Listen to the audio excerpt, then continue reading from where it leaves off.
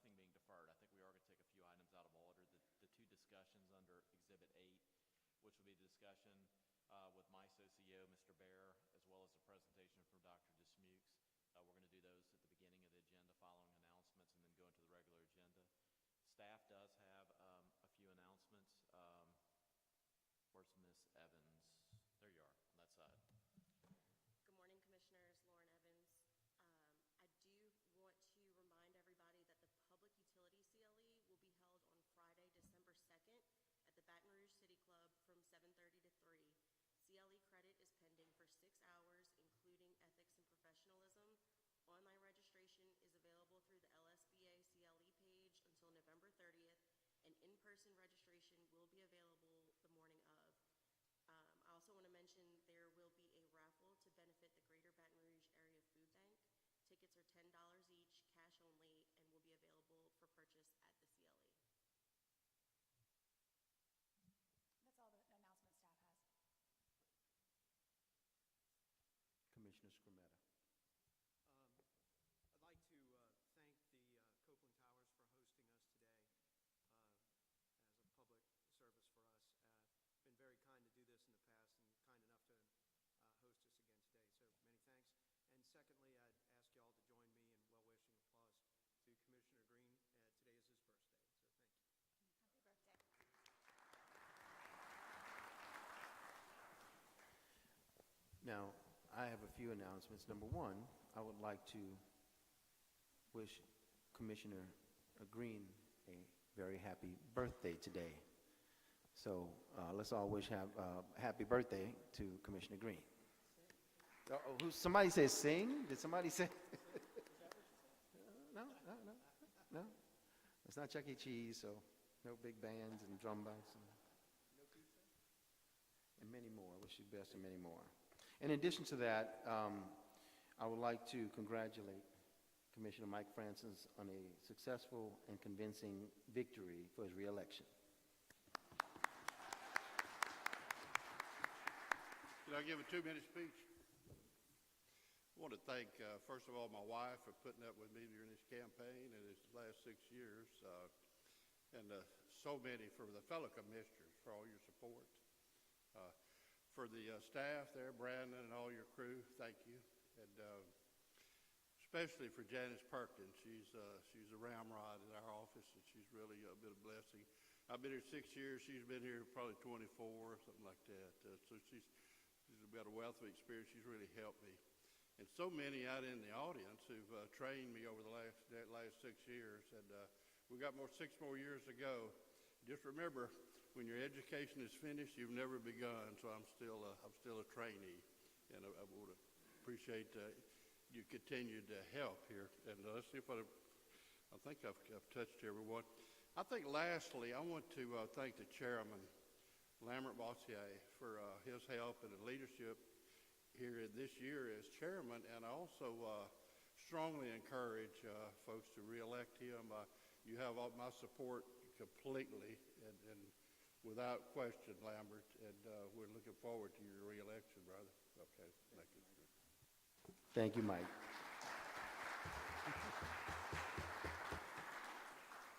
Thank you very much. I greatly appreciate it. Commissioner Green. Thank everyone for the birthday wishes. I feel very fortunate, and the way I would really expand on that is to say grateful. We're a little bit of the walk-in wounded up here. I feel like I should be the commissioner team doctor. I've got an elbow surgery here, a shoulder surgery here. Foster had his neck issue, so Mike, you and I need to tread carefully. So I'm also very grateful, no matter what side of the fence you're on with politics, to live in a society where we can have free religion, free speech, and voting, no matter how the midterms turn out for you. To be able to elect leaders in a civil manner is something we should never take for granted, and I have a lot of gratefulness for that. Echo Mike's thoughts on Lambert. I look forward to working with you for another 6 years. I know this race has made you stronger.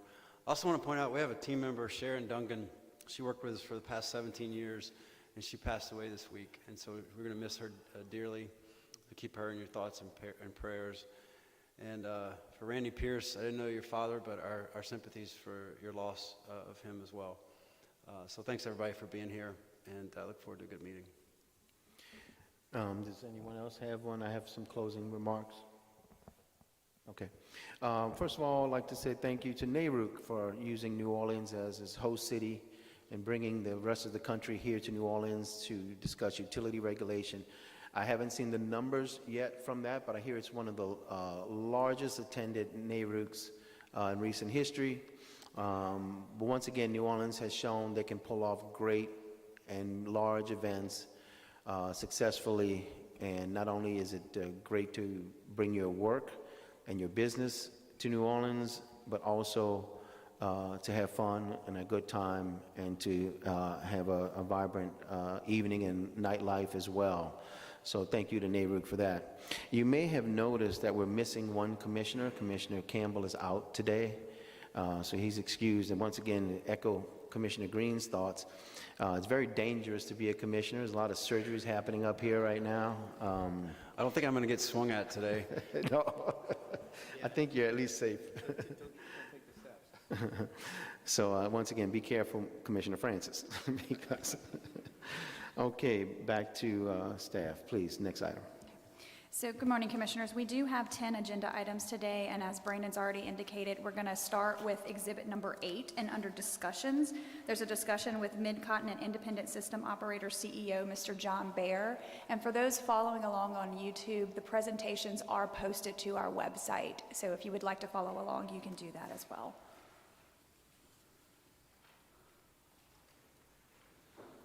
And just for the gentleman walking up, just introduce yourselves, please, before on the. Sign the clipboard too, David. Sign the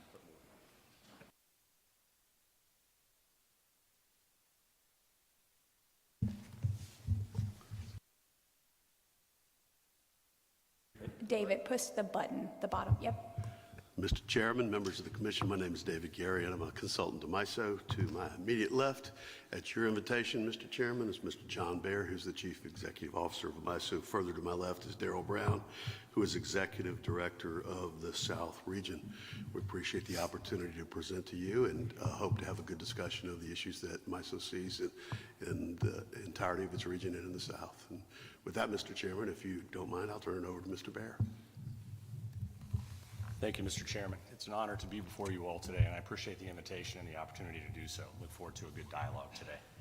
A little over 10 years ago today, with the Commission's approval, the South Region joined the Mid-Continent Independent System Operator, MISO. We've been very pleased with that. I think over the last 10 years, as we reflect on that and look back at it, we've seen about $12 billion in value created for end-use customers, which I think is important. And I think the partnership that we've had with the commission staffs down here, as well as the commissioners and our members, we have really, I think, done a good job with reliability. So I think the combination of wholesale competition, great retail rate regulation has been a great combination for the customers in the South as well, and particularly in Louisiana, which I'll talk a little bit more about. The important thing we want to talk about, though, is the transition forward. What got us here won't get us where we need to go. Right? Things have got to change pretty significantly because things are changing around us very significantly.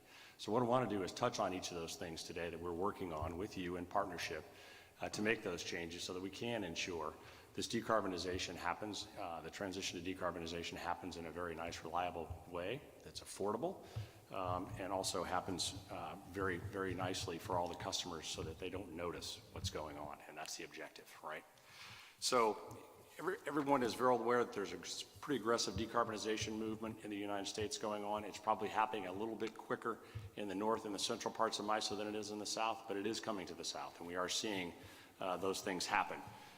MISO Zone 9, which is Louisiana, is tight from a capacity standpoint, and we see a lot of things out there that really give us indication that we're going to be short from our desired reliability risk profile in the South region, and particularly in Louisiana, very quickly. We're seeing a lot of things move from Europe to the U.S. in terms of manufacturing capabilities. We're seeing it happen in Ohio, and one of the biggest places we're seeing it is in Louisiana. If you look at what's happening there and the billions of dollars that are being invested. It's exciting opportunities, but it also gives us a lot of challenges that we're going to have to work on together to make sure that can happen in a reliable and affordable way. So A couple things that we're thinking about as this decarbonization moves forward that I'll talk about here in a minute. Number one is we're seeing a lot of renewable intermittent resources come on the system. We're seeing that that is going to accelerate even faster with the Inflation Reduction Act, and I'll show you our interconnection queue, which is astounding, and I think shows you that the different incentives that are out there are being reacted to by the industry. But as we do this, we also need to make sure that we have a good transition plan, right? We've got to make sure that we've got controllable generation that can run for long durations of time so that we can make sure that we can balance the intermittent generation as it comes online. As we do that, there are a couple different things that we're working towards. One is a better accreditation of those resources. How much do we actually have? How much can we actually count on when and where we need it? So we made changes that were approved by FERC last year to give us a seasonal view of our resources and also to differently accredit those resources so that we could really count on those. Those things together are giving us pressure in terms of the amount of resources we have to serve the load. And Louisiana is no different than the rest of our footprint. We have a lot of older fossil fuel plants that were not getting the investment that they needed over time, and they were performing more poorly. And during the summer, we were having them perform very well this year, which was fantastic, right? It really helped us through things. But what we've seen during some stressful system conditions is 25 to 30% forced outage rates on some of those units. That's concerning. So we need to make sure that the investment is happening within those units and that they're ready to run when we need them.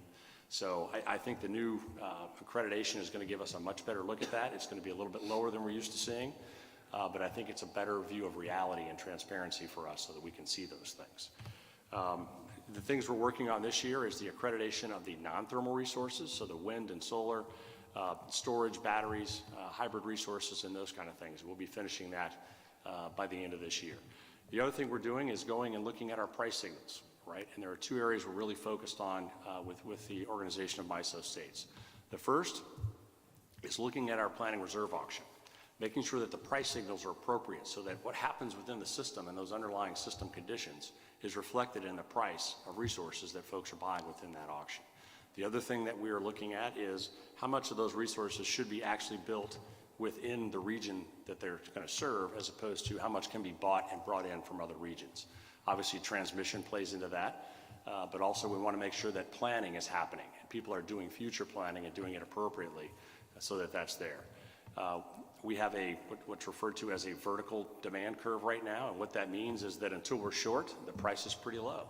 And what you saw last year in MISO Central and MISO North was that the price came up significantly to the cost of new entry, reflecting that we were below the resources that we were looking at in terms of our risk profile, right, our reserve margin.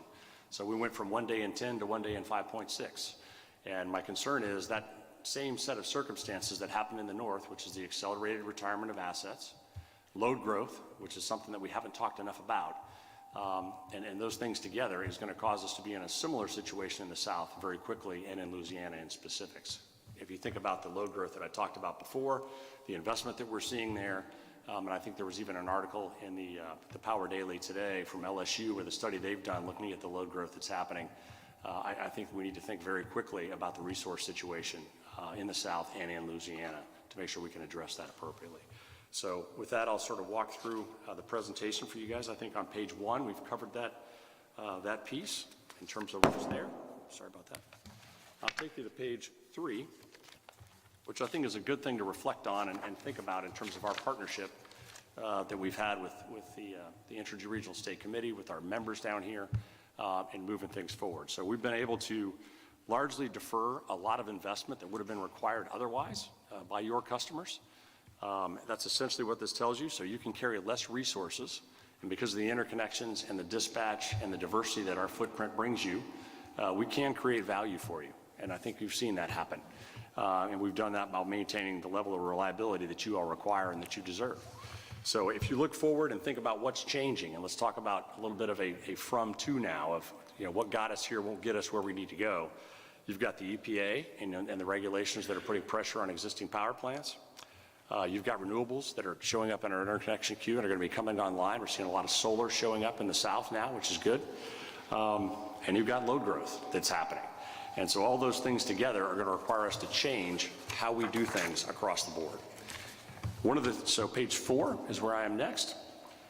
So that takes us to our reliability imperative. And the reliability imperative is the framework and the program within which we are putting all the things we're doing and working with our state regulators as well as our members to move MISO forward into this future. And I'll talk a little bit more about that, but it essentially has 4 key pieces. Market redefinition, which is really us looking at the different market signals that we have and price signals that we have, so that number one, we're reflecting the underlying conditions on the system at all times. From both an operating horizon as well as in a planning horizon, which I talked about a moment ago in terms of making sure that that price signal for capacity resources and accredited capacity resources are appropriate and give the right signals for us going forward. The long-range transmission planning, there's a great mix between market signals and transmission planning which is taking place. So to the extent we can get transmission in the right places, it can add tremendous value. It allows us to move those resources around much better and easier and capture that weather diversity that I talked about, right? So those kind of things are really important as we move things forward and can minimize the amount of investment that's required, whether it's on renewables or whether it's on other controllable capacities such as batteries or power plants or anything that's there, because we can move that around and get the most out of it for your customers who are paying for that. The market system enhancement is MISO making changes in its own underlying systems so that we can do all the things that we need to do and coordinate with our members as best possible to do those things. And then operations of the future is something that we do inside of our own control room because everything in there is changing. If you think about the system that we operated, which I'll talk about in a moment, in the past, it didn't have all the variability in it. We're working now to forecast wind, to forecast solar, not just forecasting where the load's going, so that we can make sure that we get the best mix of dispatch to keep the cost as low as possible and keep the reliability where it needs to be. So there's significant changes taking place in all of those areas. So if you'll go forward to page 5, I'll talk a little bit more about what's changing, because sometimes we think we know where we are and we have a different view on that. So let's talk about that for a moment. In the past, we largely had controllable resources, right? We had large power plants and gas power plants and coal power plants. 2005, I think we had less than 100 megawatts of intermittent generation in the MISO. So not a lot. Now, fast forward to today where we're close to 30 gigawatts. It's pretty significant, right? Things have changed. And not only are we just forecasting where that load needs to go and the expectations of how those generation units are going to perform, we're also having to think about the wind and solar and how do we best maximize that, right? Because number one, we want to anticipate it, but number two, we also want to maximize the investment that your customers are making so that it's not trapped somewhere, right? Or we're having to shed it. Reserve margins were big when we first started MISO. Right, we had 25 to 30% reserve margins. Now, why were they so large? Well, everyone was looking at things on a much smaller scale, so they needed to carry larger reserve margins to handle reliability. As we interconnected MISO and brought the dispatch together, folks had to carry a lot less resources. That's that benefit that we talked about earlier that gets generated there. And the key is to make sure that we do the right things going forward so we can maintain that benefits. And I think we can even grow that based on the forecast and the analysis that we've been doing. Predictable resource outages, we had everybody ready to go in the summer, and folks took their outages in the winter and the shoulder months. Well, unfortunately, we're going to have to change that behavior because with an efficient reserve margin, which is important, right, and renewable generation, which is less predictable, we need to make sure that we have those controllable assets when we need them, where we need them, to make sure we can maintain reliable operations. Focus was on providing energy in the worst hour, the hottest hour of the hottest day, right? That was our peak. And if we knew if we had enough to provide that and we could sustain an outage of our largest transmission line or our largest generating unit, we'd be okay, right? And that's the risk evaluation that I talked about. We've got to completely change our mindset about how we think about that risk now, because we see variability on an hourly basis inside the control room, which is much bigger than the largest unit, and it's much bigger than the largest transmission line. So we've got to make sure that we can accommodate that. And that's pushing us back into the market definition and into the transmission planning to make sure that we have the right resources that we need that can provide the right performance that we need, and we have the right checks and balances. So there's accountability there, and there's also incentives there to make sure we can provide those to the customers when they need them. Forward to page 6, please. We've had a very successful partnership between our members and between our regulators, OMS, and with MISO to make sure that we can manage resource adequacy. You can see as we go along here what's coming to the interconnection queue over time. And let me step back for a moment and talk maybe about 2012 and 13, Where we did have some concerns about resource adequacy, right? And we voiced those concerns, we made them transparent, which is one of the values of our relationship with OMS and the survey that you see come out of there from a resource adequacy standpoint.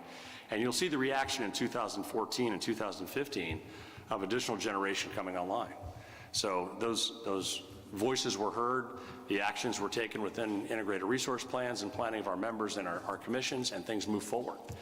Well, what we're seeing as things go forward is concerns, and you've heard concerns from us as we, for last year, for the first time, dipped below our reserve margin requirement of 1 day in 10. And what you'll see is, when you look at 2021 and 2022 submissions into the interconnection queue, it's a whole lot of intermittent resources. No surprise, that's the Inflation Reduction Act and some of the incentives that we're seeing there in terms of solar and wind. You're also seeing a lot of batteries, which is fantastic, right? So that's showing up. But what we're concerned about is that transition period where we need the controllable generation to balance those intermittent resources, and we're not seeing it show up inside the interconnection queues. So that's the concern that we're bringing to you. So one more look at that going forward is what we call our resource assessment that we do. This is really stepping back and working with all of our members and making sure that we understand the strategies that they are putting forward, the things that they brought to you and that you've approved that they're going to do over time, the decarbonization goals that they have, all those kinds of things. And what you can see here is a look at the load forecasts under our different futures. So future 1 is the dotted green line closest to the bottom, right, which is a little bit of where we've seen everybody announce, so it assumes that no one's going to get more aggressive. If people do get more aggressive and we have some electrification take place, you'll go up to the dotted line up near the top, right? So that's the 2 pieces there. Our concern is that accredited capacity line. So I talked about us needing to understand how much capacity we have, what season do we have it in, and where is it locationally, right? So we can make sure we manage the system. And what you're seeing is that red line at the bottom, which is our cause for concern. When you combine that with the interconnection queue piece that I showed you all before, we're just concerned that there's not enough controllable long duration resources being added to the system at this time, which is going to put us at greater risk.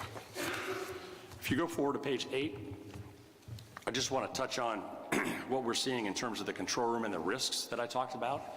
If you go back to the chart that I talked about, which said sort of we came from here and we're going to there, so what are we going to have to do to make sure that when we get there we're prepared?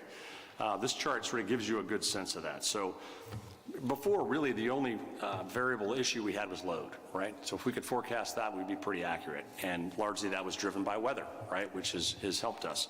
Now today we're forecasting wind, we're forecasting solar. We've got generation availability that is more variable than it used to be. Fuel delivery is concerned, and we're watching that. That was a big issue during Storm Uri. The net scheduled interchange, which is the amount of imports and exports that MISO manages and operates, as well as transmission congestion. So there's a lot of variability going on, and the tools we're building in our control room using advanced data analytics and other things to manage those is in a good place, but we still have a lot of work to do to get it where we need it to be. Right? And then we're also stepping back and working with you all to understand how do we think about the risk that's on our system and how do we express that, right? How do we think about it? So if you look at the top, what you'll see is a 12-day period during January and February where you can see wind output dropping significantly, right? And the only reason I want to point this out is as we think about the amount of reserves we need on the system at a specific time, this is changing our mindset, right? This is a much bigger drop, and this is occurring across MISO, SPP, ERCOT, and PJM than your single transmission line or your single generator. So to make sure that we can manage this risk, we've got to think about things differently. And that process is underway, and we're moving that forward. You can also see at the bottom, the risk that we find when fuel deliveries are a challenge, and we have a lot of outages, either through cold weather and plants that can't start, or fuel delivery where it can't get where it needs to go. So big risk that we're thinking about and how to balance those, which has led us to what's on page 9 to think about our attributes, right? What are the attributes that came with all of that controllable generation that we had on our system that we didn't really think about because we had an excess and an abundance of all of those, right? So some of those are starting to get a little bit short as we retire that thermal generation, and we just need to be mindful of that and think about going forward, what do we need, how much of it do we need it, and where do we need it, right? So that process is underway. And the one I will probably draw you the closest to is the bottom of that, the long duration energy at high output, right? That's what we need to make sure we've got so that when you incur situations like I showed you on the prior page, you can handle it, right? And we can manage those, and we can make sure that we do it efficiently so that we keep affordability at the forefront of our conversation as well as reliability. So all of those different things are under study right now within our stakeholder process as we look at those. It's going to inform us on what our next steps are as far as our market redefinition and the changes we're going to need to make there, as well as our transmission planning, so that we can make sure that we find the most efficient way to provide these attributes and share them right across the system so that we can move them where they need to be and where they need to go.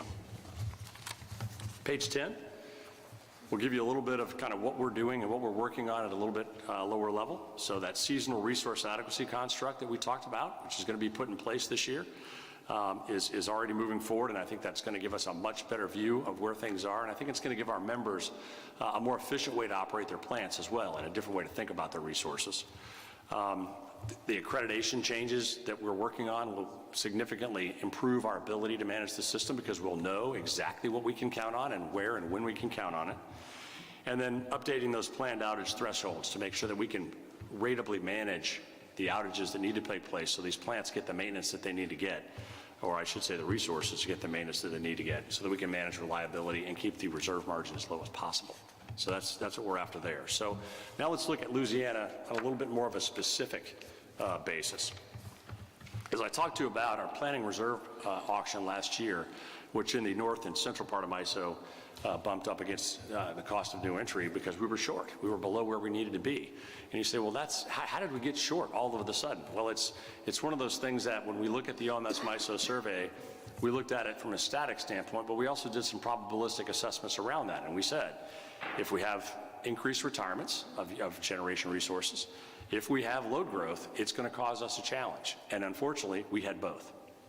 So as you look forward and you think about what's going on within Louisiana, Zone 9, I believe, was about a gigawatt long last year within the planning resource auction. Our concern, and the concern that we need to work with you on, is that we think that that is going to change very quickly. There's a tremendous amount of manufacturing relocation into Louisiana, as well as other places like Ohio.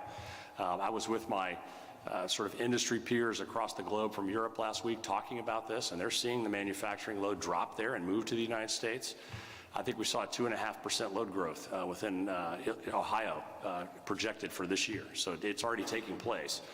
There's north of $100 billion of investment coming into Louisiana, which is fantastic, but that's going to generate load growth. And we look at the transmission submittals of Entergy and others in the South region, CLECO, for the transmission expansion planning process for MISO next year. It's north of $3 billion, which is largely to interconnect and manage this new load and these new opportunities from an industrial standpoint. So there's a lot of exciting stuff happening within Louisiana. I just want to make sure that we get the right things put in place so that we can manage those. Now, our FERC filing that I talked about did give us the seasonal accreditation, and it did give us better looks at accreditation so that we could account for the resources that are there. What they didn't give us was something we asked for, which was more of a local requirement within the zones. We asked for a 50% requirement. I think that number started much higher, but through a stakeholder negotiation, it ended up at 50%, and we still feel strongly about that and have filed it at FERC for a rehearing on that. And there are several states within MISO who have those local requirements. Indiana, where I live, for example, has a 70% local requirement.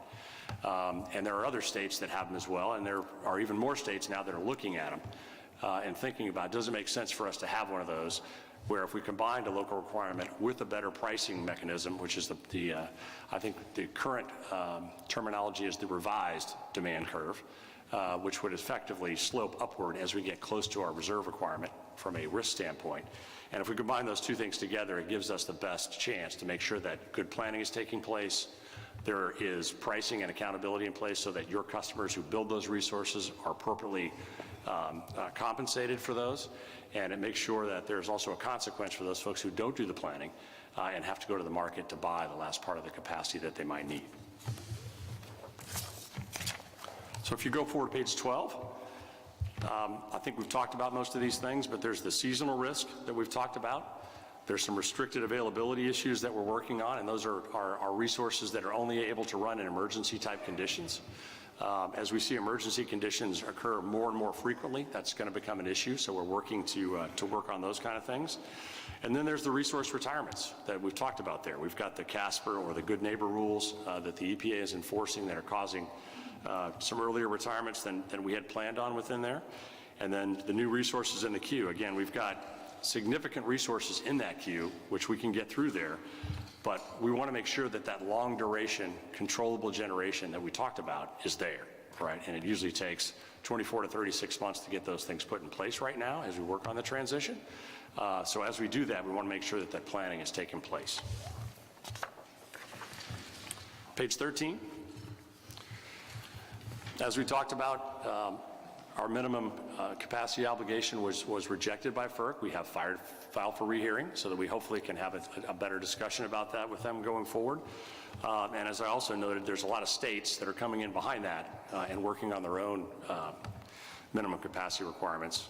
Indiana, Michigan, others already have them, and then we're moving forward with probably 4 others that I'm aware of where we're having discussions with them about how do you think about that, how much should it be, and how do we do that? And again, to make sure that we get things in place so that we have the appropriate planning and the appropriate mechanisms that we need to get where we want to go.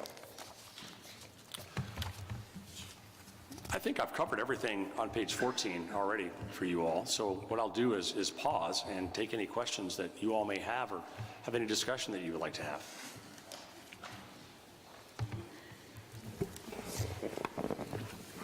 Okay, so this is the conclusion of your presentation. Are you, I don't want to interrupt. Anything else before we ask questions or make comments? I am at your disposal. Great, thank you. Commissioner Green. John, thanks for being here. You're always well represented by your team here, and we certainly rely on you all a bunch. And you and I had a fruitful conversation before. I'm going to share some of my thoughts and concerns. And you know, sometimes I'll ask patients if it's a difficult conversation, do you want it straight or sugar-coated? And everybody says straight. So I think we'll just keep it straight if that's good with you. These are difficult questions, but I think in asking them, it'll be an iterative process to better, and I hope we continue to ask those questions. As you know, reliability is the most important thing for this commission to consider, but we also want to make sure that our customers actually demand that there's a problem we're trying to fix before we put solutions to it. And right now, I think it's good caution to have, but I have some clarification points that I'd like to expound on, if not to answer fully today, but just to be answered in the next season of time. Sure. You know, Louisiana, I'm excited about where we're heading with the renewable standard, but we're not there yet. And I don't know if that's just going to always be a moving goalpost. You and I were talking about earlier about, you know, part of Europe's problem right now is a lot of the goalposts that they had in mind for a renewable standard and where that's landed them. So I think it's good to have that as an awareness. As long as we are good stewards of what we've been given, as long as that's in our conscious as we're making these decisions, I think we're going to continue to make sustainability a priority. I don't think it'll be a point in time that we arrive at. I think it's a process that we employ throughout our decision making. And the same thing with a carbon mandate. I don't know that we're going to arrive, but as long as it's in our awareness. One of the things I'd like clarification on is in the 22-23 PRA, it seems Zone 9 had over 1,000 megawatts of extra capacity sitting idle, and the MISO South together has 4,400 megawatts of extra capacity. And I know that in the queue, the most activity is in MISO South. Zone 9 specifically showing 23,000, I think, megawatts in Louisiana and 4,000 megawatts in Texas between Orange County, Magnolia, renewables, et cetera. So the storage capacity in the queue, is that counted in the we might run short in the near future alarm? It is, yes. Okay. The other thing is FERC themselves, when they rejected the MCO proposal, described several options that load-serving entities participating in MISO have available to them to adequately provide for their planning reserve requirement. And FERC discussed the dangerous market power that certain incumbents have or could have if the local requirements were to be adopted. It sounds like from visiting with you offline, we're taking into account the next 10 years and beyond might not look like the past 10 years. And so I encourage you to continue to have an open mind about that, because it's like the young man who got married and his wife cut off the two ends of the ham and put it in the oven, and he said the only reason he did it is because that's the way, or she did it because that's the way her grandma did it. And when he asked her grandma, I said, back then we didn't have pots big enough. And I think now we have a cornucopia of sizes of pots and pans to meet our needs. And so please continue to take that into account. Resource adequacy we know is incredibly important. And importantly, there are several tools to address this. Transmission, demand response, energy efficiency, generation, and we know that we have to take all of those into account and evaluate it before we bring the most cost-effective solution to customers. This commission wants nothing more than to keep the lights on, and we take our jurisdiction over resource adequacy very seriously, and I think I speak for all of us in that.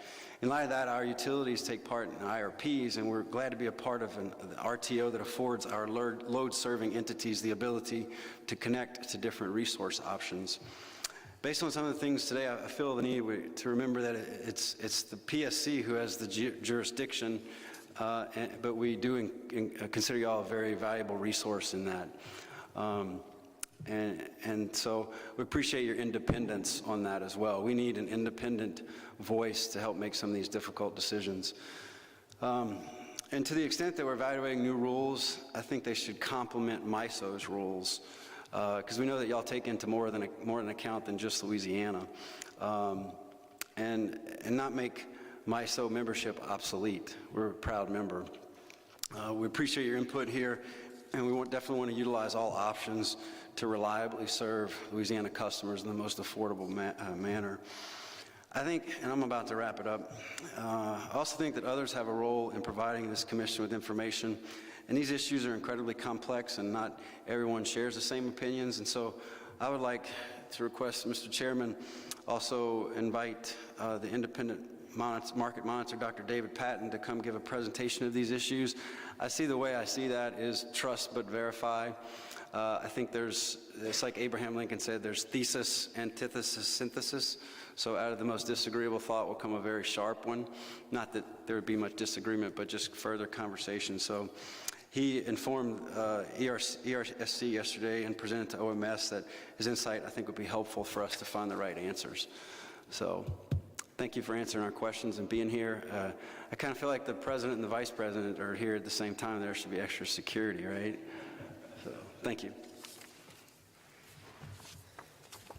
Thank you, Commissioner Green. Anyone else? Yeah. Commissioner Francis. Mr. Bear, thank you for coming. Appreciate that. One of the things I see in your leadership is people you surround yourself with. You got two horses there sitting on each side of you, and appreciate that. Mr. Gary has helped me a lot to understand all the complexities of the RTOs and the MISO grid, and also Ms. Jamie Watts. So you're very wise and selected some good Louisiana help. I wish there was a way that, when I built my business, I used the KISS method. I look in the mirror every morning, I'd say, keep it simple, stupid, And man, this is a very complicated business. And I represent almost 1 million people in Louisiana. I wish I could explain the RTO systems to more of them. And if there's any way you could help us with that, we'd appreciate it. But a lot of people don't understand how important it is. Your overview is over 15 states in the generation and transmission lines, and that's very important. When you talk about Louisiana and what we're going to do in the future, I'm excited about all the folks that are coming to Louisiana to build industry. I really believe it's going to be big for the next few years. Would you say, put it real simple, Louisiana is an exporter of electricity? Would that be true? I believe that is true today. What's that? I believe at times it's true, but there are times when Louisiana is an importer of electricity as well. I mean, one of the things about our market operation is when it's less expensive for you to bring energy in from somewhere else, we do that to make sure that we can keep the rates for your folks as low as possible. So it moves in both directions. Okay. Well, I know in my area we've got a lot of green movement going on. I have $18 billion worth of projects that possibly would, be into the green. And so I'm going to really be looking to your expertise.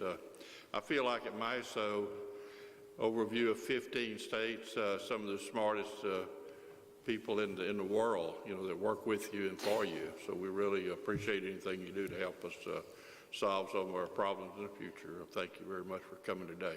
Okay. Thank you, Commissioner. We look forward to working with you all as we make this transition, and really appreciate the opportunity to visit with you today. Thank you, Commissioner.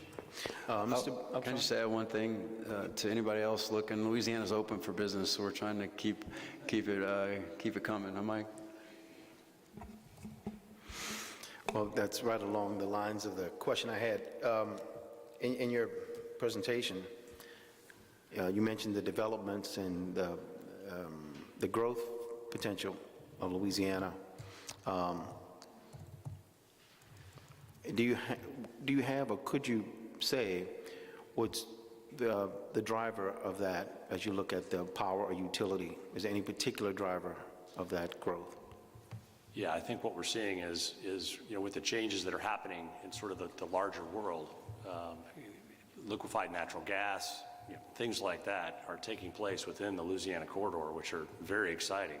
And the investment that's coming and industrializing there is driving a lot of the growth. I mean, there's a significant amount of opportunity for Louisiana, which is great, and for the South region of MISO.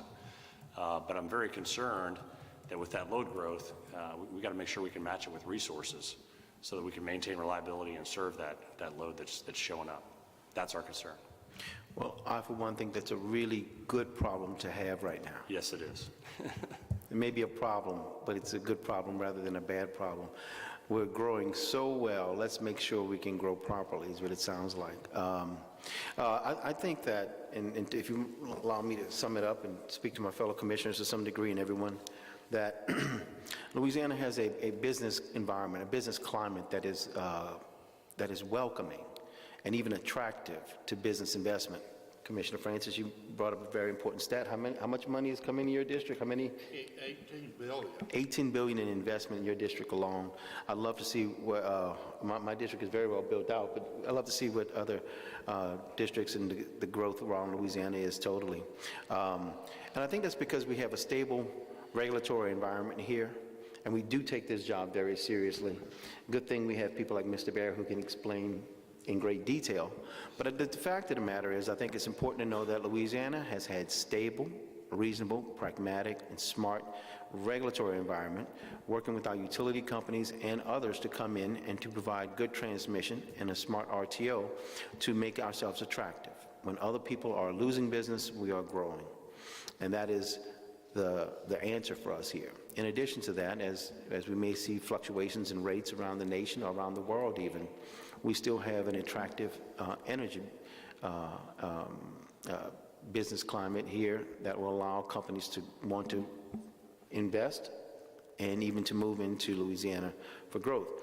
We understand the problem that may cause, but just like we've taken a very smart approach to getting us here, we want to, of course, take as much information as possible to help solve those issues and problems as they arise.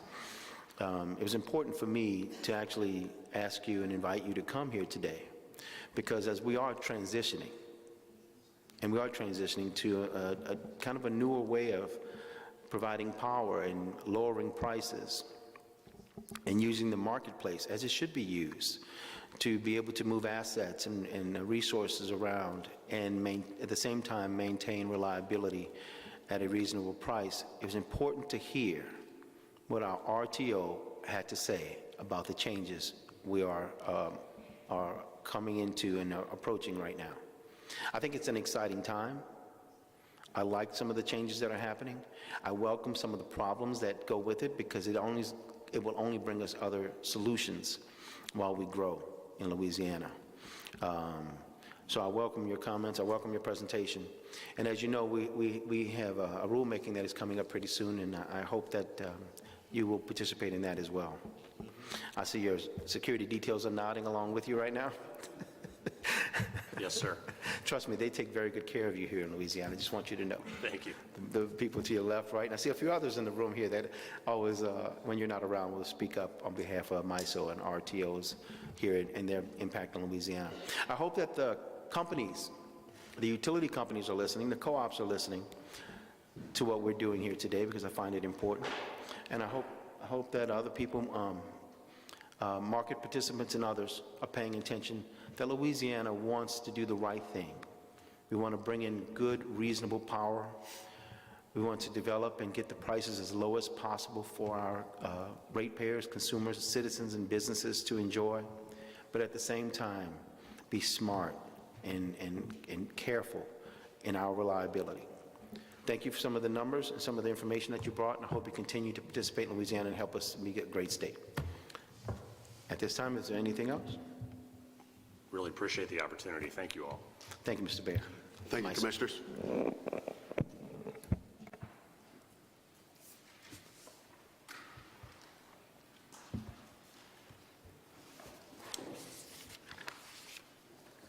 And we're ready to move on to the other discussion under Exhibit number 8, which is a presentation by Dr. Dismukes, the Executive Director of LSU's Center for Energy Studies, and it's a presentation on hydrogen as an alternative fuel source. And again, this presentation is on the Commission's website for those following along on YouTube if they would like to.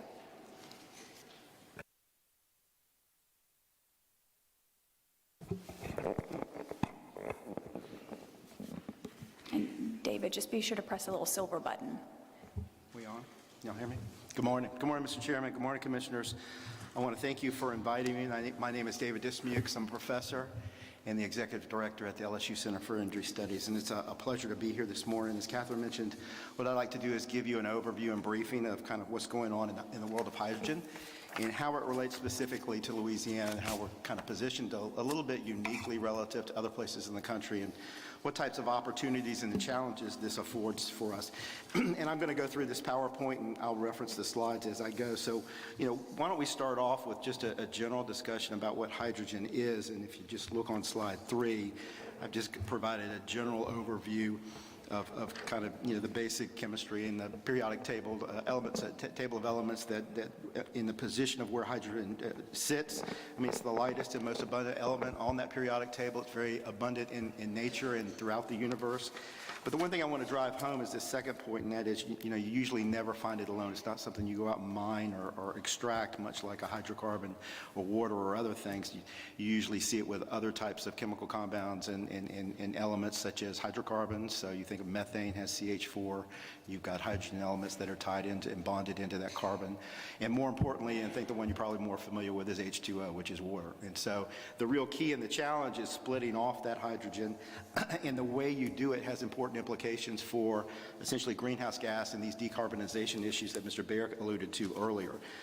If we flip to slide 4, what do we use hydrogen for? We in Louisiana and the Gulf Coast have had an abundant supply and demand, and I would argue a hydrogen economy here for decades. Because of our industry, we use hydrogen for a variety of different purposes, particularly in the refining industry. We use it to meet our Tier 1 and Tier 2 gasoline and diesel standards. Those essentially remove the sulfur out of the gasoline to meet these new standards that many of you may be familiar with. We also use it in fertilizer and ammonia production. So it's very important in our economy around here, and one of the reasons why we have infrastructure today that facilitates the movement of hydrogen back and forth across our industries, originating as far down as New Orleans and moving over into East Texas. Hydrogen has been used and experimented with a lot with NASA as a propulsion fuel and for combustion purposes. And I'm sure many of you who may have watched the movie Apollo 13 are familiar with the space program and the use of fuel cells, which use hydrogen as a fuel input to generate electricity on board many of the orbiters and the command modules that are used for space exploration. But the real challenge is kind of how do we wind up making this hydrogen, and how do these forms of production differ, and what are their implications of using hydrogen as a clean fuel on a foregoing basis. Slide 5 gives you an overview of how we make hydrogen today, and for the most part, hydrogen is extracted from a hydrocarbon. So most of it comes, particularly in this part of the world, from steam methane reformation, which is essentially taking methane or natural gas and breaking it apart and splitting out the hydrocarbons from that, the hydrogen from that. And so a lot of your industrial production, go ahead, Mr. Green. Yeah, if I could ask along the way, that would be helpful. When that process, what happens with the carbon? So good question. What happens with that carbon today? That carbon gets released into the atmosphere. And the real key now, if we think about pre-combustion opportunities for capturing carbon and store it in the ground, the low-hanging fruit, is to keep that from happening. So you're not combusting it at that point. In that chemical reformation process, you're going to grab that CO2 and you're going to put it in the ground.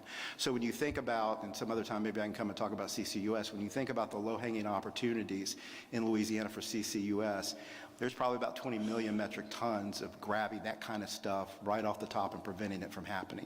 And that's going to be an important thing when we talk about investment in the future for new industries, bolting those onto essentially those new projects. I'd like to take you up on that on the Okay. CCUS update at another time. Sure. If that's okay, Mr. Chairman. So getting back to this, the other thing, if you look at this pie chart on slide 5, we use auto reformation and other processes with petrochemicals to create this hydrogen. So 80–90% of this is through auto reformation, through steam methane reformation, taking a hydrocarbon or gasification. So many of you may be familiar with the Kemper facility that was supposed to be developed by Southern Company in Mississippi. We've had various proposals for gasification projects, particularly in the Lake Charles area, in Commissioner Francis's district, to take pet coke from some of the refineries and gasify that and pull off those gases, hydrogen being one of those. You take those processes in total, that's where most of the hydrogen comes from. A lot of this discussion on green hydrogen that I'm going to explain a little bit later uses a different method, which is electrolysis, which is effectively shocking water and pulling that H2O out. It would seem like that would be the most abundant source, especially if you could do that with salt water. But is the process as efficient? Of the processes listed, is one more efficient currently than the other? So I'm going to talk about that a little bit. I got a slide. You think about efficiencies and costs, that's where things differ. You're right. And so that's a good transition into slide 6. Today, particularly when we think about the use of hydrogen in our transition economy, there are various different colors. And many of those techniques that I talked about before that we've used historically to produce hydrogen are on the far left of this slide. Gray, brown, black hydrogen types that are using coal, natural gas, various steam or other reformation processes that are very energy intensive have been how we've done this in the past. Today, we envision using differing techniques for this, and the two ones that I want to drill down on today in particular are blue and green hydrogen. And if you look at slide 7, this kind of separates all the noise out and really gets to the two fundamental differences in that. When you hear these discussions and you hear it reported in the paper, you'll know what the differences are in those. On the blue hydrogen side, what you're effectively doing is continuing to use the hydrocarbon resources that we've got, the steam methane technologies that we've been using for decades. You're extracting the hydrogen out of those hydrocarbons, and you're using CO2 management, primarily carbon capture, to grab that CO2 and put it in the ground and to clean up that process. So it's exactly what you were talking about earlier, Commissioner Green. That is essentially what a blue process does. So it allows you to leverage the existing production base for existing hydrogen production and bolt on essentially a carbon capture piece to that as well. The green process, however, is the electrolysis process, and your source of electricity in this process to make it green is usually a renewable energy resource. Most of the projects that I've seen have been driven by solar, but you could use wind as well on some of those. Yes, sir. So it seems, could the blue and green hydrogen be a potential bridge for the intermittency of... Yeah, you're just getting right ahead of my presentation here. And that's exactly right. And one of the points I want to drive home, these are not either or types of solutions. I promise I didn't read it and try to look smart by asking the question. But these are, and that's the point I want to make, is these are bridges that are going to get us there. We have an abundant set of natural gas resources here in Louisiana through the Haynesville Shale. We've got extensive production processes that are very, very familiar with using steam methane reformation to extract that. If we can find carbon capture technologies that go on to that, we can clean that process up considerably and meet some of our decarbonization goals that we have for the state. If you switch on to slide 8 here, what are we talking about using hydrogen for? There's actually a variety of things that we can do, and it's not just limited to industrial decarbonization applications alone. On the residential and the commercial side, there are a number of local distribution companies, gas companies throughout the country that are exploring the opportunities of blending or mixing hydrogen in their gas streams to sell retail to customers and blend in there with the goal of them not noticing too much and not creating any safety hazards of burning that to clean up essentially the combustion process for that. And this has become very popular in places in the Mid-Atlantic and New England and the upper Midwest. I haven't seen many proposals in the South, but it wouldn't surprise me that in the near future you might see some of those before you. I want to jump down to the bottom. The other application is power generation. I know many of you are familiar with the 1803 proposal for the Magnolia plant. It will have those capabilities of burning hydrogen. Other types of, of combustion, combined cycle combustion turbines, other technologies may have the ability to take various different cuts, 5, 10, 15, 20% of hydrogen for combustion purposes. So if you're looking for opportunities to meet some of the intermittency challenges that Mr. Baer was talking about earlier, you're looking for some long duration resources, but you want to do that in a clean fashion and preserve some of those benefits that your thermal fleet provides you, using hydrogen as a feedstock, and some of those combustion processes may be something to consider. And then in the middle is the one that's most important for us as a state, and I'll explain why in just a minute, but that is for industrial decarbonization, and that is converting a lot of the applications for our industries that are up and down the river for their steam and their boiler purposes, as well as the furnace and their heating purposes for combustion with hydrogen in those applications too. Doctor, moving the gas, you move it usually with through a pipeline, is that right? And, yes, sir. Is it a different kind of pipeline than a, say, natural gas pipeline? So there are different characteristics with those pipelines. We have one that traverses across the center part of the state, moving east-west and moving north-south from Baton Rouge down to New Orleans. What's the cost of a pipeline per mile, say, one of those versus a natural gas pipeline? Is it much more expensive? Yeah, well, they're going to be expensive probably, and I don't know. It's really going to depend on the pipe material, the diameter of the pipe, the pressures that you're operating the pipe at, all those different things. So. Now, back on this page where you talk about green and blue hydrogen, why do they have windmills up here with this green hydrogen?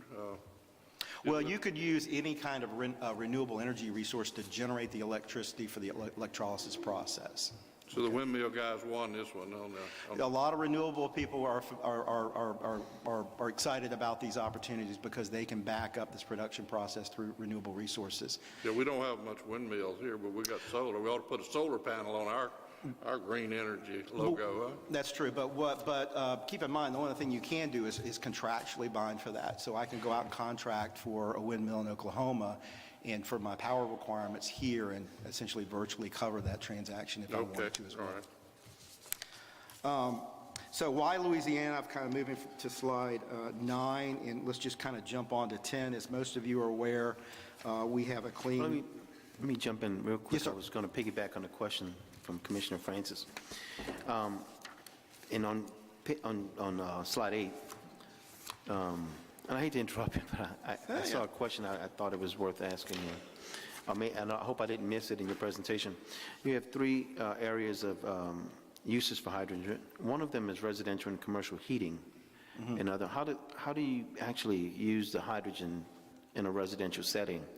So many local distribution companies, so in an application like that, the gas utility would co-blend hydrogen with the gas, and you might never see it. It comes into the burner tip, and you burn it for your space heating requirements, water heating, appliance use. I had a friend of mine from the state that just came back from, and they do this in Europe right now, and our gas lights where you burn them, the flame burns a little bit different, so the color is a little bit off. But you can use them in those kinds of applications, and you blend it in there. It's not 100% application. So it would be blended in with natural gas?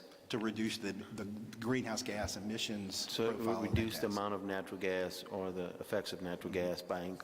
And so, interesting, very interesting. To follow up on that, though, so what you're saying is probably more of an industrial or a global, a larger scale use than on an individual level? Yeah, I mean, you would have to have a big bulk buyer like a utility come in and do this. As an individual, you and I aren't going to go out and get a tank of hydrogen and cook it up to the crawfish boiler. I mean, it's going to be something else. Commissioner Scrimetta. Dr. Dismukes, I just, because I had to excuse myself for a minute, have you looked into the utilization of hydrogen for hydrogen fuel cell vehicles? We have not done work on that at LSU per se, but there's been a lot of work over the last 2 decades on fuel cells and how they would work for transportation as well as just electricity and use purposes. So your study has been predominantly for power systems? Most of the stuff we're doing right now is on industrial decarb, yeah, and essentially using it for boilers. And if I missed it, did you talk about sort of the ratio of hydrogen to methane for powering power plants? I have not. Okay. I mean, it'll blend. I mean, mostly, I think utilities today are looking at gradual cuts Many are experimenting. I think the cap that I've seen is 20%. Okay, so you haven't gotten to that, or are you going to get to that? Well, I've kind of been talking back and forth about So it. what are we looking at as far as it's like 20% hydrogen to methane? Yeah. So- I think that's the maximum amount. That's that about people- the maximum Yeah. for the- Right now, the pilot programs that I am seeing are relatively minuscule because Right. they're Did you relatively do a small. study on price differential between hydrogen and methane?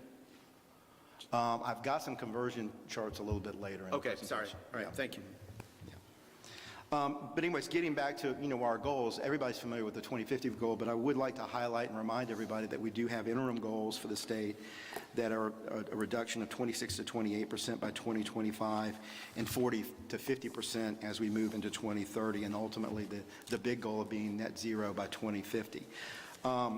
But as I'm sure many of you are familiar with, if you look at slide 11, unlike the rest of the United States, our problems with carbon emissions or greenhouse gas emissions generally, because methane and other types of emissions are important to keep in mind as well, are going to be those that are associated with industry. That light purple chart, that light purple line in this chart shows you the growth that we've had in industrial greenhouse gas emissions over the last 2 decades or so. We're up to about 141 million metric tons. And so those are going to be the real challenges that we have. And it's an even bigger challenge when you think that there aren't a lot of substitutes. When you look, for instance, at the power generation sector, which is in red below, we've actually seen our greenhouse gas emissions go down due to thermal efficiencies that we've seen in a lot of our utilities over the last couple of years, and probably some renewable investments contributing to those reductions as well. But overall, that's a 35 million ton contribution to the overall budget. We need 141, 142 that we're going to have to go for to actually make those big reductions to get to net zero that the governor's office has called for by 2050. Moving on to slide 12, I won't belabor this, but the real takeaway in the pie chart is the industrial applications are the bigger ones and make us different than what we see in the rest of the U.S. in terms of going in and finding strategies to reduce greenhouse gas emissions, and hydrogen is just one of those for that industrial sector. Looking at slide 13, where are most of those emissions concentrated at? Well, in chemicals and refining. If you were to do that for Louisiana, that part of the pie would probably take up 80% of the industrial greenhouse gas emissions in the state. So those are 2 big target industries for future hydrogen applications, and one of the reasons why you've seen so many project announcements over the last 2 years or so, really the last year, looking at investments in pilot programs and even relatively larger scale applications as well.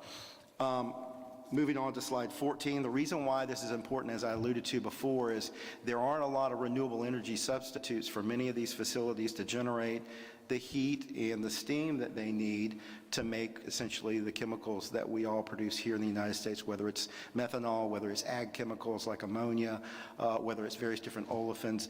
You need 65% of all the chemistry's energy heat demand is at 900 degrees Fahrenheit or above, and there just aren't electric boilers that can hit those kind of temperatures at the scale that many of these plants need. So the bridge, as you were alluding to earlier, Commissioner Green, is to continuing to use these boilers, but retrofitting them in ways or adopting new bolt-ons to those furnaces and boilers that can actually utilize hydrogen at the burner tip there in the facilities.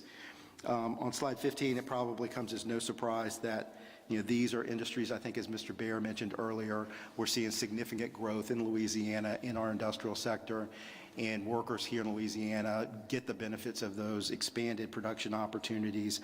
Our energy-based manufacturing wages have been growing at rates that are faster than just the general manufacturing wages, and those in turn are growing at rates that are faster than overall statewide averages. So if we're looking at the economic implications of this, wages are important.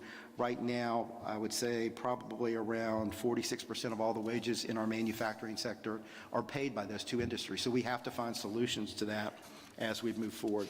Why don't we turn to slide 18, and I think this starts to address some of the issues that Commissioner Skrmetta raised earlier about kind of cost differentials. And I've got 2 sets of analyses that are kind of highlighted in red.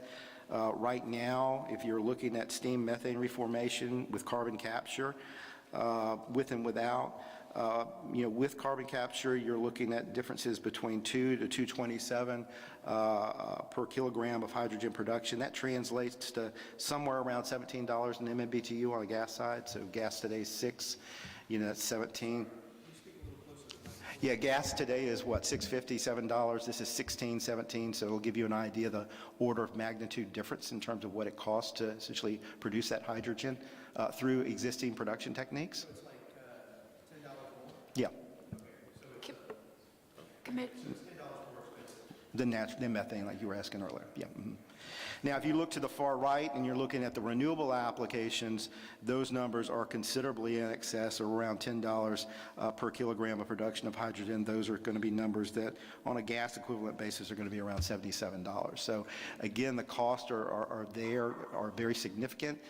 That's not to suggest that we can't hit scale economies. I think many industries now are looking at these opportunities because they think they can do better than that, and they think through scale and scope we can start to drive those numbers down on the green side, but it's a ways before we get to that in terms of those differences, right? And again, one of the things to think about that I don't think is considered often, if you look at slide 19, is all the additional support infrastructure. So, Commissioner Francis, you were asking about pipelines. Underground storage is going to be another issue that you have to think about. If you're using power applications, you're going to have to use the hydrogen much like you use gas. We use gas and reservoir and salt storage to meet those cycling requirements for those resources.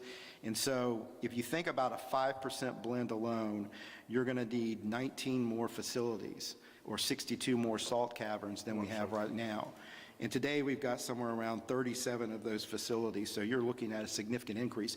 If you were to go up to a 20% blend, you'd need 85 more facilities, not caverns, but facilities, which would be about 278 caverns, individual caverns. So it would be an order of magnitude pump up in supporting infrastructure that goes along with this that would need to be considered. And you think about where those salt caverns are, the opportunity for using various different areas for storage is going to be here on the Gulf Coast. It's not going to be up in New England or other places. Yeah, that mostly was my area. So. That's right. You're right. Let me ask you about, if we're going to produce more hydrogen, we're going to have more pipelines to move it. And so once you have a hydrogen pipeline established, is it possible to maybe run some natural gas through that same pipeline if you needed to, or some CO2 through that same pipeline? I don't think so. I don't think it works like a crude or liquids pipe where you can kind of backfill in those different product streams. You're either on one or the other. You wouldn't be able to use any other product? I don't think so. I mean, they operate at completely different pressures than because you know, in a lot of these pipelines, they'll run a big batch of like gasoline, and then come back with maybe natural gas. Yeah, Colonial does that. You can run diesel in one plug. You can run naphtha in another plug. You can. But you think we're going to? So that's going to be a little more cost to move it too. Yeah, then. yeah. Okay. And there've been some discussions about, well, can we repurpose some of our existing infrastructure to move this? There may be some niche applications where you do that, but you're probably going to have to be operating at lower pressures because there are big pressure differentials in how those moves. And I don't want to get into the physics or the chemistry because I'm not real good at that, or I'd be a real doctor. But as my father-in-law used to say, but you're going to wind up seeing phase shifts in how because it'll turn into a liquid at some point when you operate at those real high pressures. Right? That's a good. What's the pressure? What kind of pressure? I think they're somewhere around 2,000. 1,000 pounds? 2,000. 2,000, wow. So and natural you're gas. in 800 to 1,000 for a natural gas. Natural gas around 700, 800, huh? Mm-hmm. So you got 2,000-pound pipeline. Okay, all right. CO2 also runs about those kinds of pressures too. CO2 is how much? About 2,000, 2,200. Oh, is it 2,000 also? Okay, all right, good. On the next slide. One moment. Commissioner Scametta has a follow-up. Okay. Who are the top producers of hydrogen in the state at this time? I don't have a specific breakdown, but Air Products, Air Liquide are going to be your industrial producers that have it. And then most of your refineries will have reformers on the site, like Exxon, Shell, et cetera, that make the hydrogen there for the refineries directly. They'll buy some and then they'll produce some on their own. Have you looked into interactivity, like with, I guess, particularly Entergy, on their sort of long-term plans to develop pink hydrogen utilizing electrolysis with the nuclear plants? With nuclear. So we have not. I remember back in the old days there were some discussions and we were working with them when, I don't even remember, back during the quote-unquote golden age of nuclear where we had that brief window in 2005, 6, 7, and 8.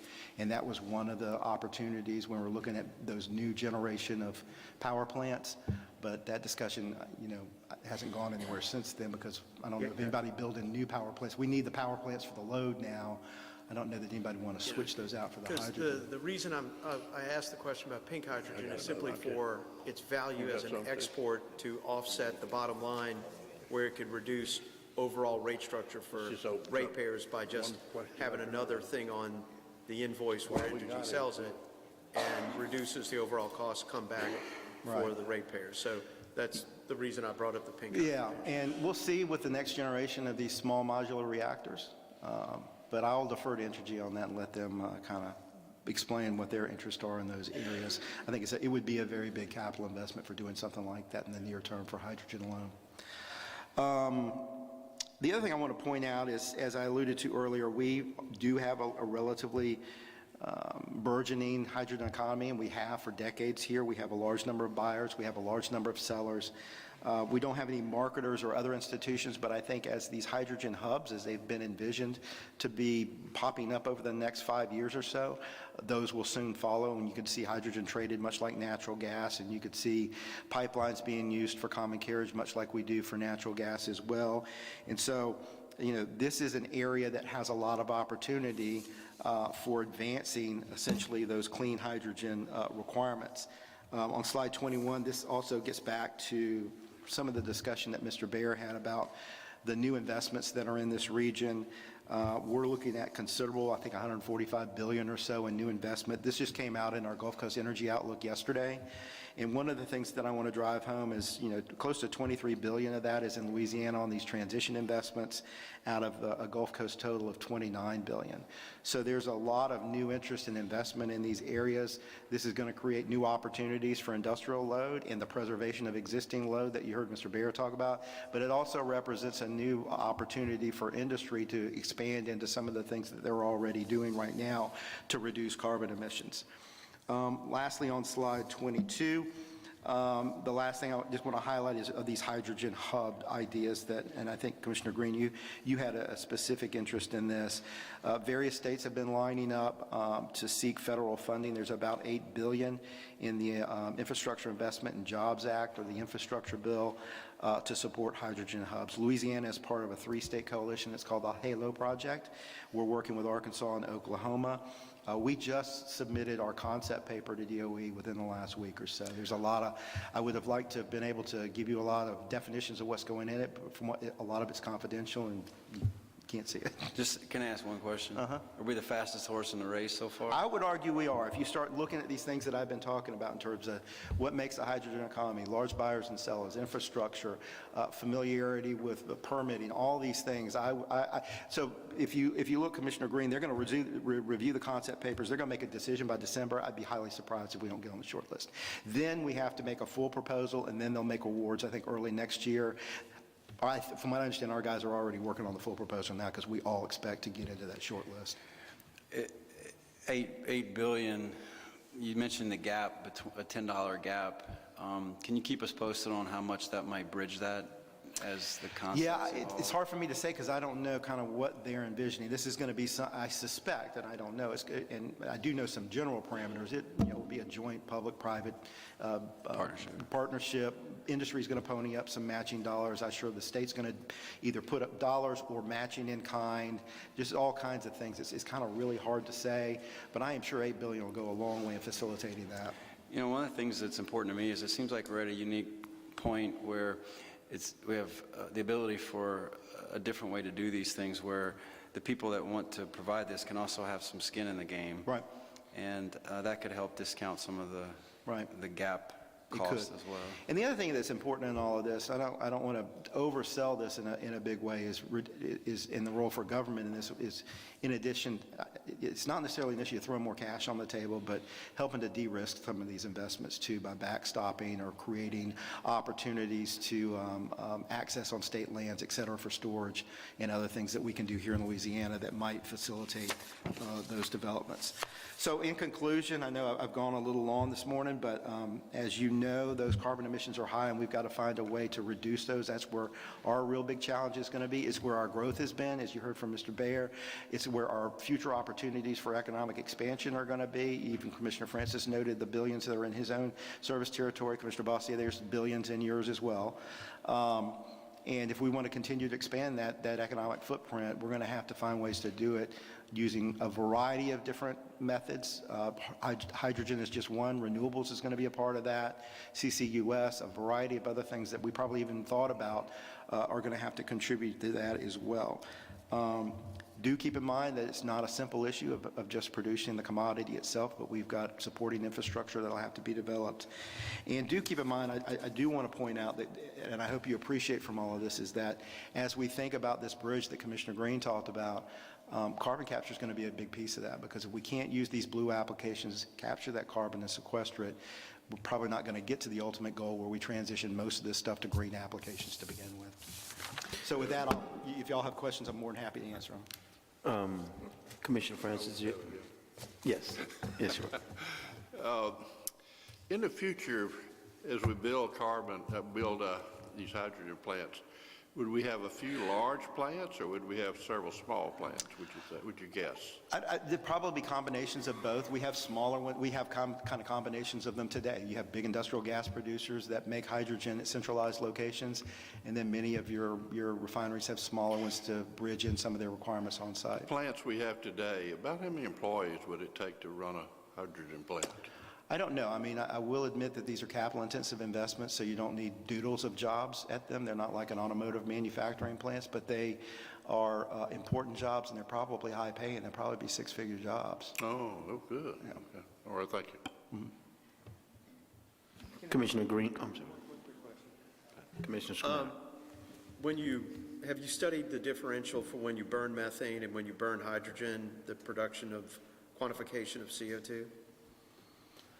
How much CO2 is produced? Yeah, I mean, there are no greenhouse gas emissions. I'm sorry, you have to speak closer to the microphone. There aren't any with hydrogen. There are some, I think, some nitrous oxide. So hydrogen produces no carbon dioxide? Well, that's the goal of using it, right? So it's all nitrogen? Yeah. Okay. Even though there's no nitrogen in hydrogen? Yeah, I don't know. I don't know the exact. There are no CO2 emissions associated with that. That's why we're looking at those. All right, because I know hydrogen, if you combust it, it creates water, but it has to have another byproduct. So I imagine it has to have some differential. I just didn't know if it would. Yeah, I'm an economist. I'm not a physicist, so I can't answer that. Thanks. I got it. Commissioner Green. Yeah, thank you this was very educational, and we'd like for you to continue to keep us posted. One of the things that I'm very grateful for, and I don't know how much the schools interact with each other, but thanks to LSU. I want to thank you for letting me come up here without ULL. I appreciate that. Well, and I know ULL does a lot. And they do. And look, Mark Zappi's group, he's a great guy. I think y'all are going to extend an opportunity to him. Mark does a lot of wonderful, amazing things there. And I think Tulane and UNO do as well. And I like this because this is an area we don't have to hire. I know sometimes we do hire y'all, but this is part of an educational expedition as well. Right. So to incorporate that with governance, I think is huge. So yeah, do rest assured we are all interacting. I talk to Mark all the time. We do work with the other universities. This HALO project, we're all standing in a support capacity to the state of Louisiana in that as well. All of us are. So it is a multi-university initiative on those things. Well, it's just great to have the educational community in this fight with us. So. And look, it's one of the more exciting things that we're seeing on campus right now. So. Let us know if we can ever help with the students, come and visit with them about to create that energy. Yeah. Everyone else? Well done. Well, thank you, Mr. Dismukes, for bringing a great presentation on hydrogen to the Louisiana Public Service Commission as we constantly try to find solutions to providing energy and our resources here in Louisiana. Okay. Great. Thank you for y'all having me. I appreciate it. Thank you very much. We do have one request for comment on this item, and it's Ms. Logan Burke with the Alliance for Affordable Energy. So I don't know if Logan's still here. Yeah. I'd just like to decline, and I will follow up. I know the Okay, yeah, can you, just so it's on the record, please.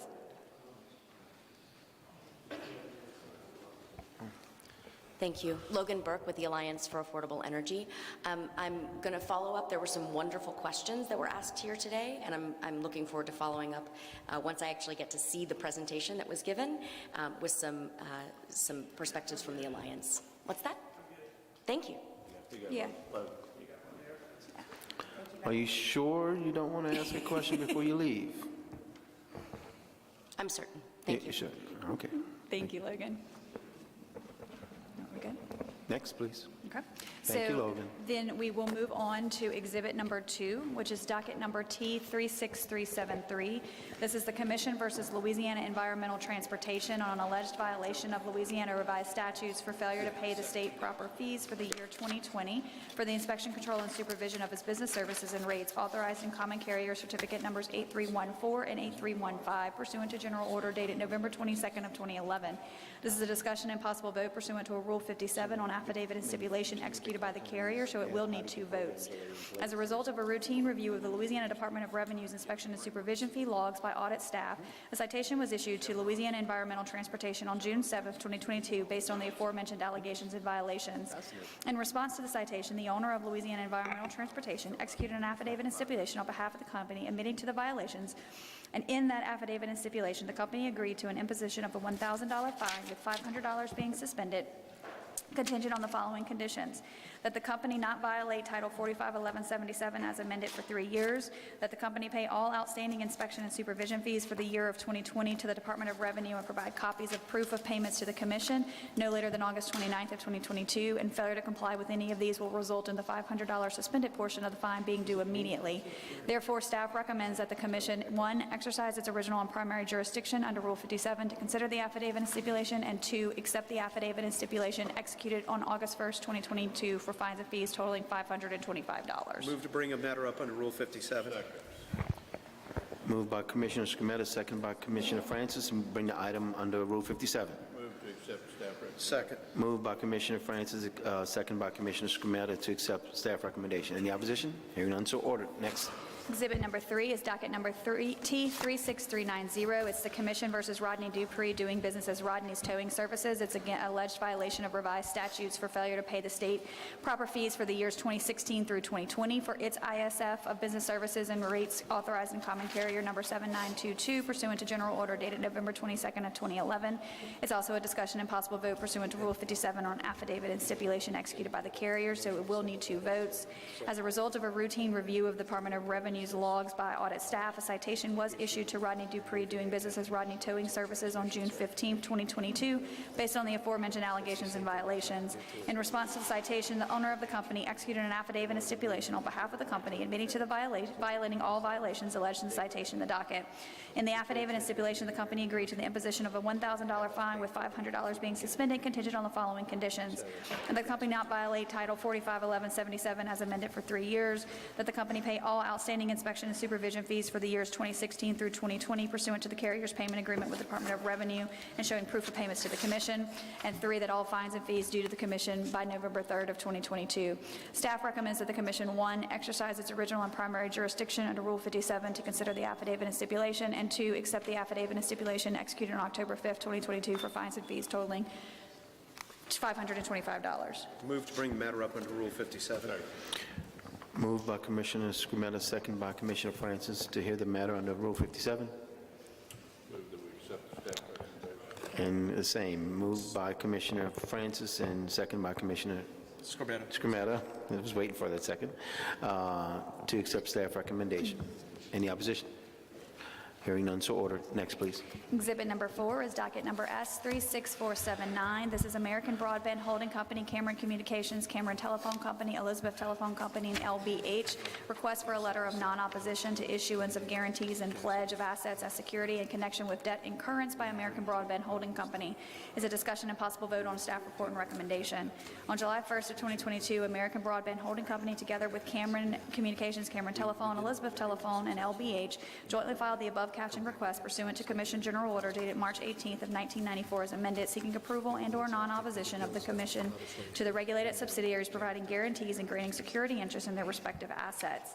and mortgages on their real property in connection with financing obtained by the regulated subsidiary's indirect parent, American Broadband, as borrower, and all of its direct and indirect subsidiaries as guarantors. This matter was published in the Commission's official bulletin, and no interventions were received. American Broadband, as a borrower, is a party to a credit agreement dated June 13th of 2022, which includes incurrence of a senior secured first lien term loan facility in the amount of $250 million, a senior secured delayed draw term loan facility in an aggregate principal of $75 million, and a senior secured first lien revolving credit facility in an aggregate principal of $50 million. The proceeds from the initial term loans have been used by American Broadband to replace and repay in full previously existing indebtedness of American Broadband and subsidiaries held by CoBank to fund general corporate activities, pay fees, expenses, and other transaction costs associated with the credit facilities. The proceeds from the delayed drawdown term loans will be used to finance capital expenditures, acquisitions, and investments permitted by the credit agreement, and the proceeds from the revolving credit facility will be used for general corporate purposes. On November 4th, 2022, staff filed a staff report and recommendation on the request. Staff have reviewed the request and exhibits included part thereof and detailed information regarding the credit facility, responses to data requests provided by applicants, and responses to the 18 factors set forth in the Commission's general order. As such, staff recommends that the Commission accept the staff report and recommendation filed into the record on November 4th, 2022, thereby expressing its non-opposition to the proposed transaction, subject to the conditions stated therein. Motion to accept staff recommendation. Second. Moved by Commissioner Green, second by Commissioner Scrumetta to accept staff recommendation. Hearing no opposition, so ordered. Next, please. Exhibit number 5 is docket number S36480. This is LBH doing business as Cameron Communications application for expansion of eligible telecommunications carrier designation for Lifeline only. Is a discussion and possible vote on a staff report and recommendation. On June 28th of 2022, LBH, formerly doing business as Cameron Communications, also doing business as Fastwire Broadband, filed a request to the Commission seeking expansion of its designation as an ETC. LBH is requesting expansion of its ETC designation for the purpose of participating in federal and state low-income Lifeline and affordable connectivity programs to be allowed to offer federal and state Lifeline benefits to eligible and qualifying customers on a statewide basis. Notice of the company's request was published in the Commission's bulletin with no interventions received. LBH is an LLC in Louisiana and is wholly owned subsidiary of Cameron Communications. The company is currently a certificated competitive access and local exchange carrier and provides competitive access, local exchange, and inter-exchange long-distance and broadband services to customers in Calcasieu and Cameron parishes. The Commission previously designated LBH as an ETC in the non-rural portion of its service area in 2006. Pursuant to Section 214E of the Act, state commissions are given the authority to designate ETCs those common carriers that meet certain federal service requirements and whose designation would be consistent with the public interest, convenience, and necessity. Consistent with its authority under federal law, the Commission issued its ETC General Order, which created a list of public interest criteria to be applied on a case-specific basis to all requests for ETC designation in areas served by rural telephone carriers. The company certified that it will offer the services supported by federal universal service support mechanisms, either using its own facilities or a combination therein of its own facilities and resale of another carrier services, and that will advertise the availability of such services and the charges therefore using media of general distribution. On October 26, 2022, staff filed its report and recommendation on the company's petition into the record of this proceeding and found that the company had demonstrated it would meet the requirements of the Act, applicable FCC regulations, and the ETC General Order. Therein, staff also found the designation of the company as an ETC in its designated service areas for the purpose of receiving Lifeline support was in the public interest. Therefore, staff recommends that the Commission accept the staff report and recommendation filed into the record on October 26, 2022, and grant the company's petition to be designated as an ETC in the designated service areas for the limited purpose of obtaining low-income Lifeline support, subject to conditions contained in staff's report and recommendation. Motion to accept staff recommendation. Second. Moved by Commissioner Green, second by Commissioner Scrumetta to accept staff recommendation. Any opposition? Hearing none, so ordered. Next, please. Exhibit number 6 is docket number S36519. This is Magnolia Water Utility Operating Company's request for a letter of non-opposition to enter into loan agreements with CoBank, ACB. Is a discussion and possible vote on staff's report and recommendation. On August 30th of 2022, Magnolia filed the above caption request pursuant to the Commission's General Order dated November 13th of 1996 and requests that the Commission approve Magnolia to enter into multiple advanced senior secured amortizing term loans with CoBank ACB for the purpose of funding capital projects, repaying intercompany advances and closing costs, and balancing Magnolia's capital structure in compliance with Commission Order Number U35822. The request was published in the Commission's bulletin with no interventions. Magnolia affirms that the request to issue a $30 to $50 million advanced senior secured amortized loan is necessary to fill the capital funding needs of projects, repay intercompany advances and closing costs, and to come into compliance with Commission Order Number number U35822. The rate anticipated by Magnolia for the credit facility is dependent upon a set of options the company would have as indicated by the credit facility.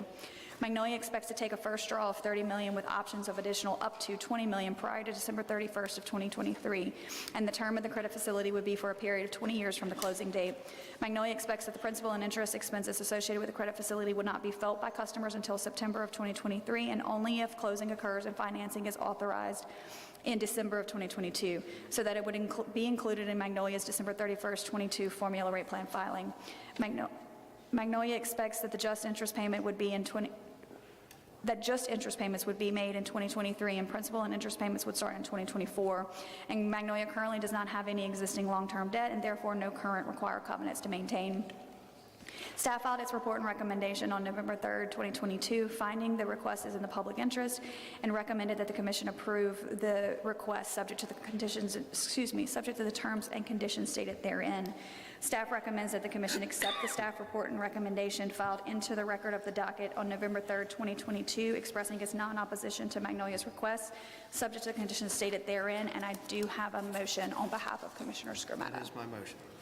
Commissioner Skrmata moves that staff's report and recommendation in docket S36519 be accepted in its entirety, and that the Commission authorize and order Magnolia Water Utility Operating Company enter into a credit facility with CoBank ACB. Commissioner Skrmata further moves that this order go into effect immediately pursuant to Rule 44 of the Commission's Rules of Practice and Procedure. Moved by Commissioner Skrmata, second by the chair. Any opposition? Hearing none, so ordered. Next item, please. Exhibit number 7 is docket number U36105. This is Entergy's application for certification to deploy natural gas-fired distributed generation and authorization to implement rider UODG. It's a discussion and possible vote on a budget increase for UPC due to expansion of scope. At the September 22nd, 2021 B&E, United Professionals Company was retained to assist the Commission with docket number U36105. Stipulated settlement was approved at the September 2022 B&E, and the settlement included annual filing requirements, which was not contemplated in the original scope of services. UPC's original budget was $96,000 in fees and $3,000 in expenses, and UPC, while assisting the Commission, has approximately $20,000 remaining in the originally approved budget. While possible the remaining budget is enough to review the annual filings, it is impossible to know the exact extent of the services until after the first filing is made.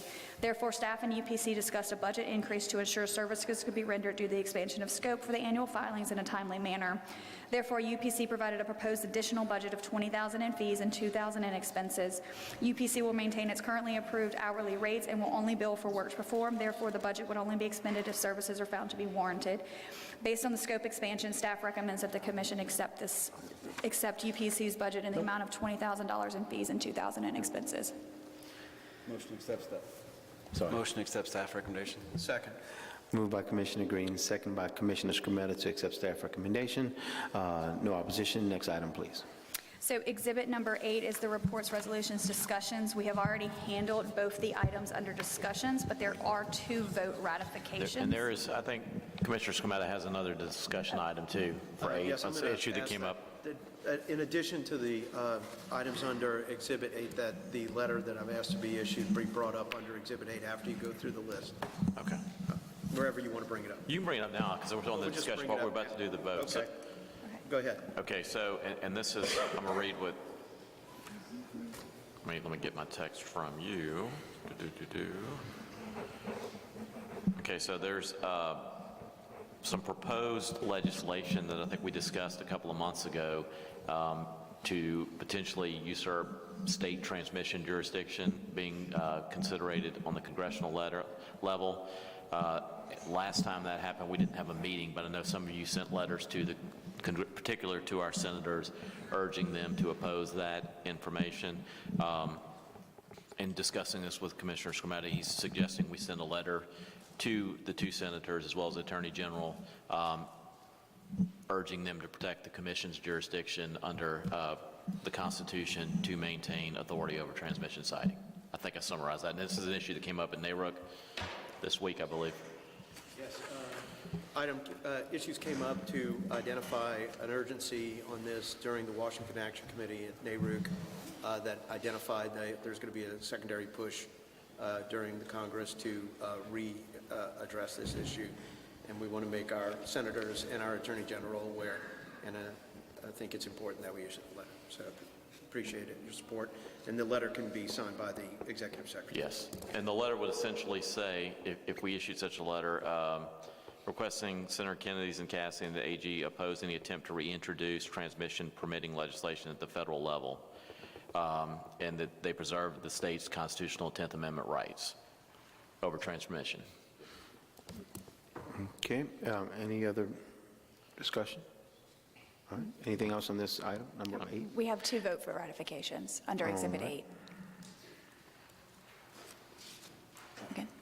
I'm sorry? So, With 2 votes. Go ahead, I didn't hear Motion to you. take it up under item 57? no, we're good right now. We don't need an item 57. We're not there. What are you referring to? We need 2 motions for? Oh, we had 2. Oh, no, we 2 votes, vote ratifications. One 2 of, vote, an ERSC and Right, who's going to read the in-ray on that?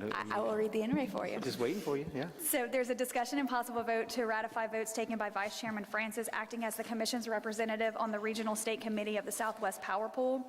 On October 24 of 2022, Vice Chairman Francis, as the Commission's representative of the RSC for SPV, voted on 4 items in its quarterly meeting. Staff followed the protocol set forth in Special Order 17/2019 to consult with the Executive Secretary and Chairman and to make a recommendation to Vice Chairman Francis prior to the votes. The protocols also require that those votes taken be ratified at a following B&E. Staff recommends that the Commission ratify Vice Chairman Francis's votes taken on October 24th, 2022 as the Commission's representative to the SPP RSC. And Vice Chairman Francis, you will abstain from these votes, correct? Yeah. Yes. Yes, did you actually hear abstaining from this vote, of course?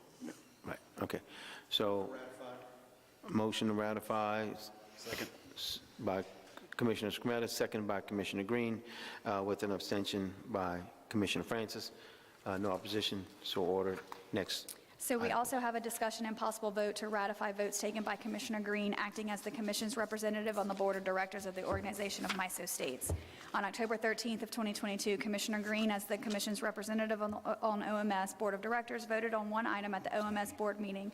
Staff followed the protocol set forth in Special Order 17/2019 to consult with the Executive Secretary and the Chairman and to make a recommendation to Commissioner Green prior to the vote. The protocols also require that the votes taken be ratified at a following B&E. Staff recommends that the Commission ratify Commissioner Green's votes taken on October 13th, 2022, supporting the OMS comments at the Louisiana Public Service Commission representative to the OMS Board of Directors. And Commissioner Green needs to abstain. I'm abstaining. Move to ratify the vote. Second. Moved by Commissioner Scrumetta, second by Commissioner Francis, with an abstention by Commissioner Green. No opposition, so ordered. Next, please. Exhibit number 9 is docket number F. Wait, for a moment. Let me ask you a question. Yes, sir. It's probably too soon to ratify the ERSC that happened yesterday, right? Yes. Yes. Okay, so be on next. Thank you. Yes. Exhibit number 9 is docket number S35994. This is HW Legacy doing business as 2 Men and a Truck's application to increase tariff rates for common carrier certificate number 7644. It's a discussion and possible vote pursuant to Rule 57 on an uncontested stipulated settlement, so this will need 2 votes. On May 14th of 2021, HWJ Legacy doing business as 2 Men and a Truck Baton Rouge filed an application with the Commission requesting authorization to increase its tariff rates pursuant to Commission General Order dated October 2nd, 2012. Notice of the application was published in the Commission's official bulletin and no interventions were filed. Following discovery on the application, staff filed its report and recommendation on June 14, 2022. Subsequently, counsel for HWJ filed into the record a request that staff allow an immediate 10% rate increase with the intention to enter into negotiations regarding additional increases. Staff filed a letter allowing the company's request and parties entered into settlement negotiations regarding an additional rate increase. HWJ and Commission staff have now reached an agreement and executed an uncontested stipulated settlement. The major term of which is as follows. HWJ will be authorized an additional increase to some of its rates and charges as prescribed in its current tariff on file with the Commission, incorporating staff's recommended 10% increase and mirroring rates approved in docket number S35993 by the Commission for a similar carrier, BJB Group, doing business as 2 Men and Truck. Staff recommends that 1, the Commission exercise its original and primary jurisdiction under Rule 57 to consider the uncontested stipulated settlement, and 2, accept the uncontested stipulated settlement filed into the record on November 10th of 2022. Move to bring the matter up under Rule 57. Second. Moved by Commissioner Scrumetta, second by Commissioner Green. Let's bring the matter up. No Move to opposition? accept staff recommendation. Moved by Commissioner Francis, second by Commissioner Green to accept staff recommendation. No opposition, so ordered. Next, please. Next is Exhibit Number 10, which is docket number U36254. This is Dixie Electric Membership Corporation's application for interim and final emergency rate relief pursuant to the extraordinary cost provision of its formula rate plan and request for order of the Commission directing DIMCO recognized Paycheck Protection Plan loan forgiveness in 2022. It's a discussion and possible vote on an uncontested proposed settlement. On January 18th of 2022, DIMCO submitted its application as indicated above. Notice of the application was published in the Commission's official bulletin with no interventions. As set forth in the application, DIMCO's distribution system suffered heavy damage from hurricanes and other storms, and in 2022, DIMCO experienced extraordinary expenses associated with the cost of repairing the damage to its systems caused by the hurricanes and other storms. At the same time, DIMCO was experiencing extraordinary expenses associated with hurricanes and other storms. It was also incurring extraordinary expenses due to the COVID pandemic. Material scarcity, supply chain issues, and labor shortages caused extraordinary increases costs to DIMCO's on several factors.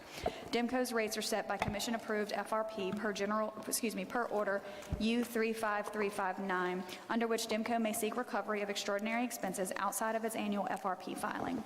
Due to the timing of DIMCO's FRP filing, the extraordinary expenses that would be incurred in 2022 would not be addressed until DIMCO's 2023 FRP filing and would not be recovered by DIMCO any sooner than January 1st of 2024. The Rural Utility Services finances the substantial majority of DIMCO's loans, requires a minimum tier times interest earned ratio of 1.25 to be maintained as a default level for existing loans and for the approval of all new loans. The extraordinary expenses would have reduced DIMCO's tier below the required 1.25 and caused DIMCO to breach its loan covenants. This could adversely affect DIMCO's ability to borrow the money it needs to operate, cause the interest rates to be higher on the money it is allowed to borrow, and potentially lead to even more drastic actions by its lenders. DIMCO's application identified extraordinary expenses of approximately $8.2 million, which translates to an additional revenue requirement of $11.5 million to produce a 1.40 tier. DIMCO sought to recover this revenue amount in 2022 on an interim basis, subject to a final decision by this Commission and posting security. On February 25th of 2022, this Commission issued an order approving the interim rates. Now, pursuant to its application, DIMCO is seeking approval and an order making the interim emergency rate of 6.24 mils per kilowatt hour to achieve this revenue a final rate, and an order directing DIMCO to recognize forgiveness of its Paycheck Protection Plan loan in 2022. The settlement between staff and DIMCO resolves all issues in the proceeding, and if approved, the interim rate relief of 6.24 mils per kilowatt hour of electricity sold for the period of March 1st of 2022 to December 31st of 2022, which will be approved by the Commission, will be made final. DIMCO would be permitted to continue to collect this additional amount until December 31st of 2022. Further, if the interim rate relief is made final, DIMCO will no longer be required to post security. Finally, if approved, the settlement will order DIMCO to recognize forgiveness of its PPP loan in the amount of $5,389,464.60 in the 60 cents in the 2022 calendar year, which will reduce the amount of revenue DIMCO would otherwise require in 2022 to meet its tier requirements. The settlement avoids further litigation and is a resolution that's fair, results in just and reasonable rates, and is in the public interest. Staff and DIMCO filed their unopposed joint motion to pursuant to Rule 57 on October the 28th of 2022. Staff recommends that the Commission accept the unopposed joint motion pursuant to Rule 57 to accept the uncontested proposed settlement with stipulated term sheet attached, filed into the record on October 28th, 2022, subject to the conditions therein. Move to bring the matter up to Rule 57. Second. Moved by Commissioner Scrumetta, second by Commissioner Green to hear the matter under Rule 57.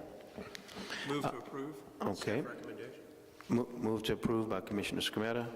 Second. I think it's second by Commissioner Green. I did have a question about this item. Did we have somebody who's willing to speak? Great, come on up.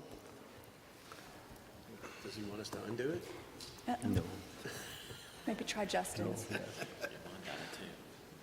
Just give us a brief explanation.